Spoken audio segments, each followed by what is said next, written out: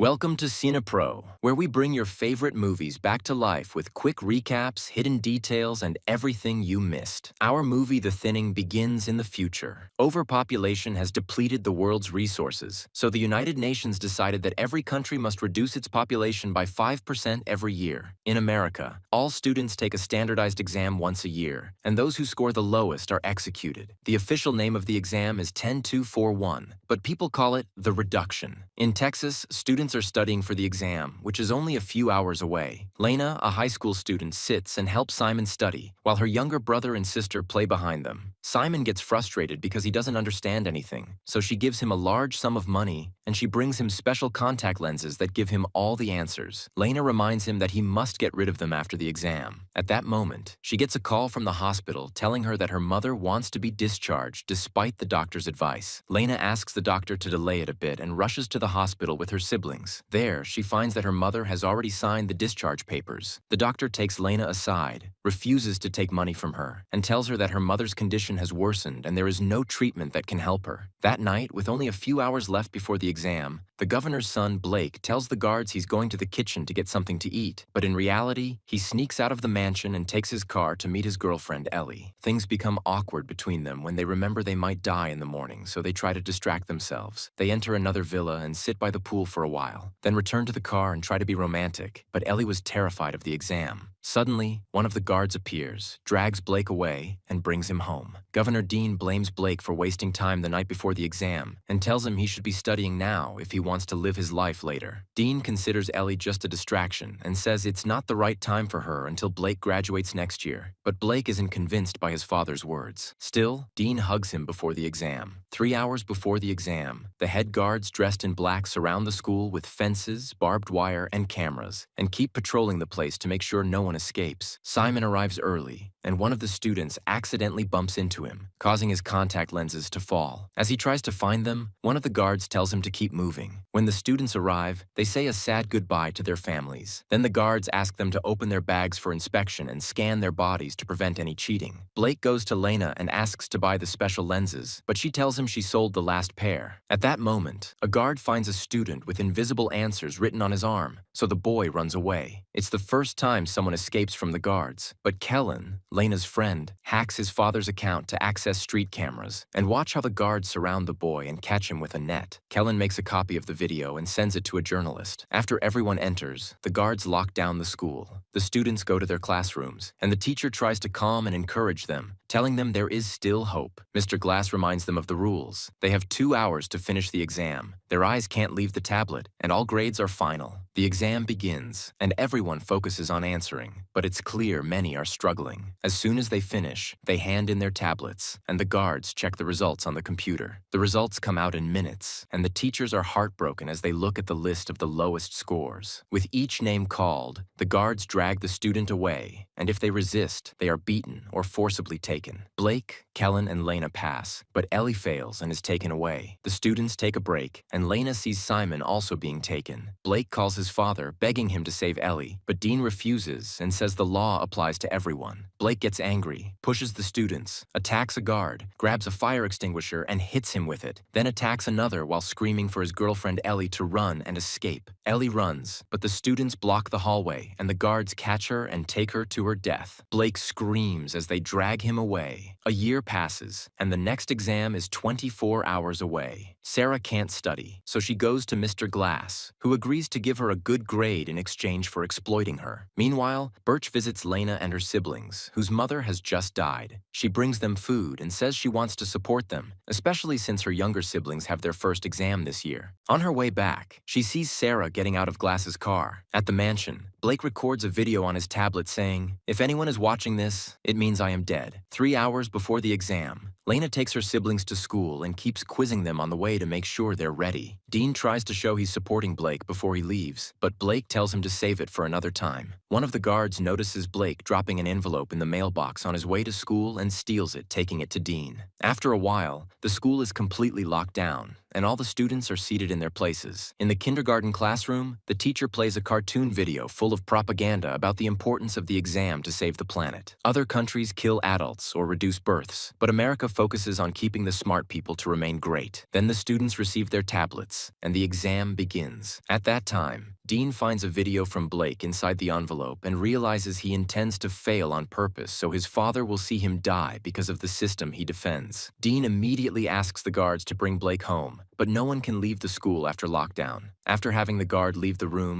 Dean calls Mason, the head of security at the school. In the classroom, Blake answers quickly and incorrectly, finishing before everyone else, which Glass finds strange. In the kindergarten class, a boy raises his hand and asks for help, but the teacher refuses because a guard is watching her. In the end, time runs out, and all the students put their tablets on the table. This time, Mason calculates the results alone instead of a group of guards. The teachers start calling out the names, and the boy who asked for help is taken away, as well as Sarah, who screams when she discovers Glass lied to her. Kellen and Lena's siblings pass, as does Blake, who doesn't understand what happened. Birch cries when she hears Lena's name, not believing it because she's the best student in her class. Mason calls Dean to confirm he made the switch. Blake is shocked as he watches the children being taken away. Birch runs to a guard and asks him to check the results because it's impossible for Lena to fail. The guards call Mason and tell him everything is fine, so Lena must go with the others. While saying goodbye, Birch secretly gives Lena her access card and reminds her there's always a chance. After that, the school holds a party for the people who passed, and Birch notices Glass flirting with another student. At the same time, Dean is at a public event, and his speeches are shown at the party. Everyone applauds him as he explains the improvements he made and says the decisions were hard but necessary. He believes the culling exam isn't bad and calls it an innovation. Dean also announces he will run for office, for the presidency, and Blake doesn't like it and leaves the party. In a special corridor, the people who failed are asked to take off their clothes for purification and are beaten if they don't listen. Lena puts the entry card in her mouth to hide it. After that, they wear prison-like clothes and are tied to chairs nearby. Blake reaches the corridor and pretends to be very sick. When the guard checks on him,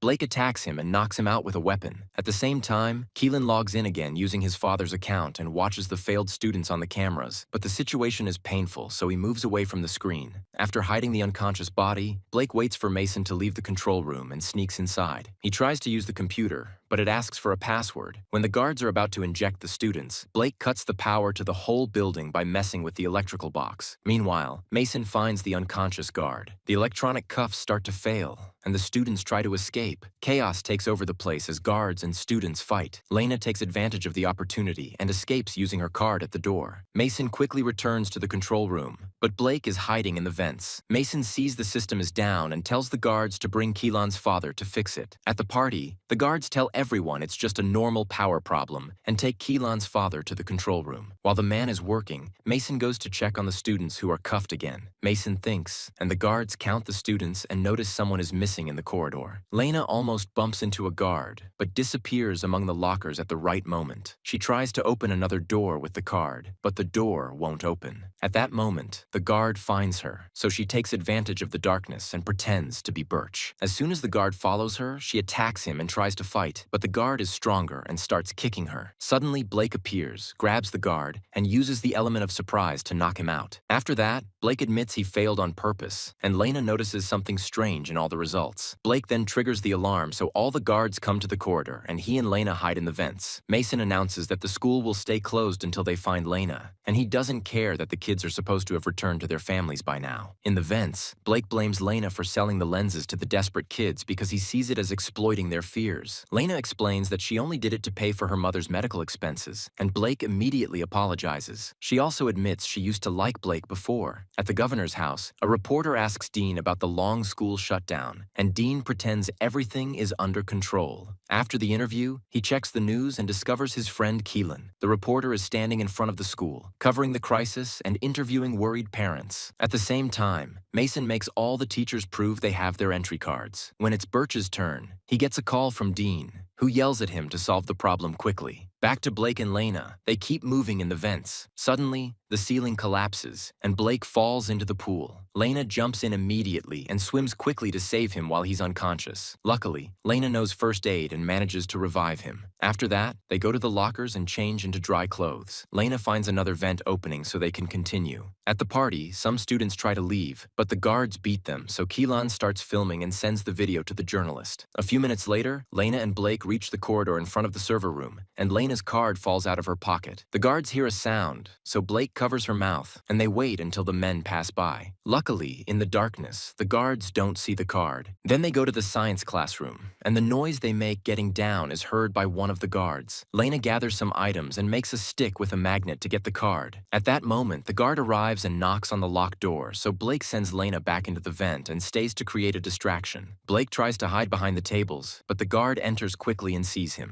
And then Blake collapses unconscious on the floor. In the vent, Lena waits for the guards to move and lowers the magnet, manages to grab the card and lift it, but suddenly the guard pulls it and it turns out to be Blake who stole it from the guard who fell. At the same time, the guard from the previous fight tells Simon that there are two teenagers on the run, and one of them used the name Birch. In another room, the teachers are still waiting. Birch pretends to be weaving glass and steals the entry card. When Mason comes to check on her, Birch gives him Glass's card as if it's hers. The guards notice that Glass's card is missing, so he's locked up, and the other teachers are allowed to leave. Mason starts beating Glass, asking about the location of the runaway teenagers. Meanwhile, Lena enters the vent to the server room and tries to use the computer, but the exam program asks for a password. Mason sends a message to Keelan asking for help. At that moment, Keelan's father finishes the electrical repairs, and the power returns. Keelan gets Wi-Fi, receives Lena's message, and sends her a video of Mason entering the password earlier. Lena copies the password and enters the exam system and starts checking that her siblings passed. Then she checks her own result and finds she got 98% but still failed, and Blake passed with 5%. The same thing happened to Ellie, who failed with 88%. It's clear that Dean has been tampering with the results for a while. Meanwhile, Dean appears at a press conference and says that Lena killed 2 guards after failing the exam. The guards were working to keep everyone safe. At the same time, Keelan sends his journalist friend a video of the guard beating the students who tried to leave, and the video is immediately broadcast on national TV. Lena feels this is all from Keelan and sends him some screenshots of the manipulated exam results. Unfortunately, Mason finally sees her on the surveillance cameras and raises the alarm, so she starts running. Mason and the school guards quickly surround her, and she tries to say she has evidence that she actually passed, but she's arrested anyway. At that time, Blake finds the students' room and pretends he has orders to move them. The other guards find this strange because no one told them anything, so Blake has no choice but to start a fight. He barely manages to land a few punches before the guards surround and overpower him as well. At the party, Keelan receives the screenshot and sends it to the journalist, and she immediately appears live on TV announcing her discovery. She comments on how suspicious it looks that a politician's son benefited from this. At the palace, Dean's team starts to fall apart. They think they should end the mission and let Lena go, but Dean says he still has one last step.